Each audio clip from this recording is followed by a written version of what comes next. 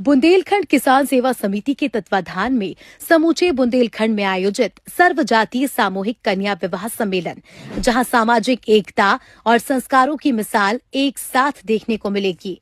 अतः आप सभी माननीय से विनम्र पूर्वक आग्रह करते हैं कि इस निर्धन, बेसहारा, असहाय बेटियों के विवाह में सम्मिलित होकर अपना आशीर्वाद प्रदान कर खुशी खुशी बेटियों को विदा करने के संकल्प को अपना समर्थन प्रदान करें।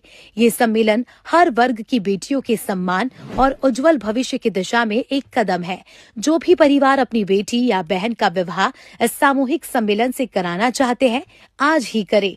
संपर्क करें 9125192022 या 8115710725 या 9598132596।